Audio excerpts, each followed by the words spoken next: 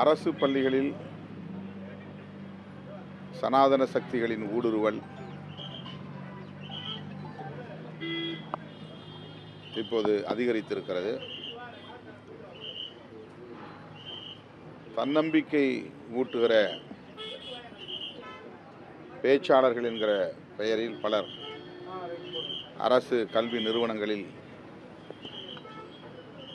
ஊடுருவி தமது கருத்துக்களை திணித்து வருகிறார்கள். சென்னை அசோக் நகர் மற்றும் சைதாப்பேட்டை அரசு பள்ளிகளில், அதேபோல மாணவர்களிடையே அறிவியலுக்கு புறம்பான கருத்துக்களை வாழ்க்கை கல்வி என்கிற பெயரில், ஆன்மீகம் என்கிற பெயரில் பேசிய நபர் தற்போது கைது செய்யப்பட்டிருக்கிறார். இதுபோல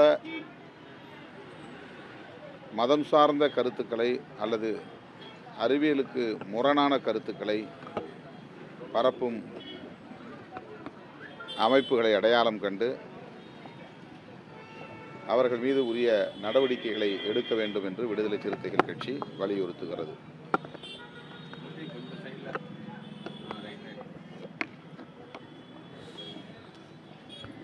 சங்கரன் கோவில் ஒரு கேள்வி எழுதுல எங்கே போகுது.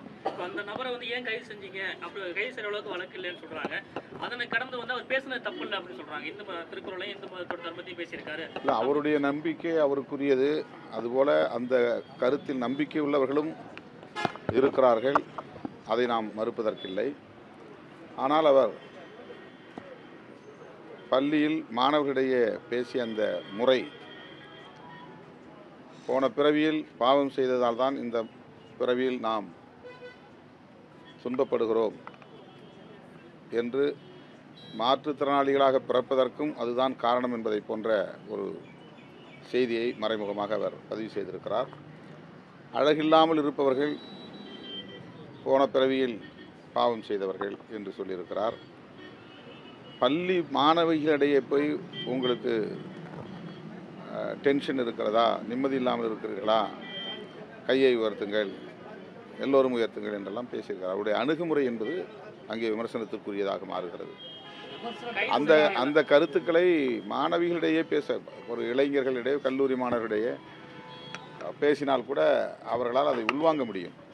பள்ளி குழந்தைகள் உள்வாங்கக்கூடிய அளவுக்கான கருத்து அல்லது, அது ஒரு ஆன்மீகம் தொடர்பான தத்துவம். அது அதன் மீது நமக்கு விமர்சனம் இருப்பது என்பது வேறு. ஆனால் அது ஒரு தத்துவம். அதை 6ஆம் வகுப்பு 7ஆம் வகுப்பு மாணவர்களிடையே போய் திணிப்பது என்பது அவர்களின் உள்நோக்கம் என்ன என்பதை வெளிப்படுத்துகிறது.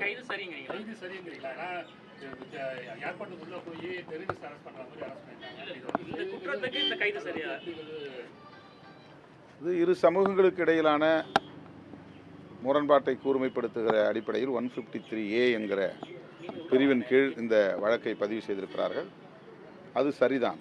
அதாவது ஒரு மதம் சொல்லுகிற கருத்தை பரப்புகிற போது இன்னொரு மதத்தை சார்ந்தவர்கள் அதை மாறாக கருதுவது அல்லது முரண்பாடாக கருதுவது இரு சமூகத்தினருக்கு இடையே இடைவெளியை ஏற்படுத்தும். இதற்காகத்தான் ஐபிசியிலே 153A இருக்கிறது. இரு சமூகத்தினருக்கு இடையிலே முரண்பாடுகளை உருவாக்கக்கூடிய எந்த பரப்புரையும் மேற்கொள்ளக்கூடாது, சட்டத்திலே இருக்கிறது. அதே போல் ஒரு பள்ளி ஆசிரியர் மாற்றுத்திறனாளி, அவருக்கு என்ன சிக்கல், அவருக்கு ஈகோ பிரச்சனை என்று சொல்லுவது மறைமுகமாக அவரை ஒரு மாற்றுத்திறனாளி என்று அவர் கேலி செய்வதாகத்தான் இருக்கிறது. எனவே அவர் மீதான சட்டப்பூர்வ நடவடிக்கை என்பது அவசியமானது, கைது சரியானது.